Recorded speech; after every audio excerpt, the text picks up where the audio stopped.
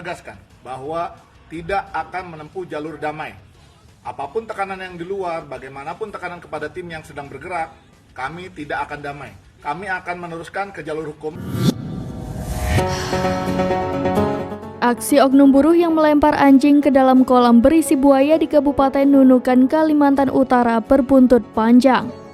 Diketahui identitas ketiga pelaku pelemparan anjing ke buaya masing-masing berinisial DF, SR, dan GA. Ketiga pelaku sendiri merupakan buruh kontrak di PT Jaya Mimika Lestari. DF, SR, dan GA kini harus menerima nasibnya yang telah diberikan sanksi peringatan atau SP dan terancam di penjara akibat aksi melempar anjing ke buaya. Perwakilan PT JML Irianto membenarkan ketiga pelaku sudah diberhentikan. Irianto menegaskan pihaknya mengutuk keras tindakan yang dilakukan ketiga pelaku. Oleh karenanya PT JML menyerahkan kasus ini sepenuhnya ke kepolisian.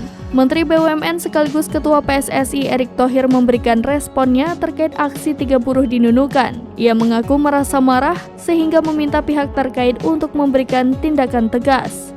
Erick melanjutkan dirinya sempat meminta direksi Pertamina untuk melakukan penelusuran.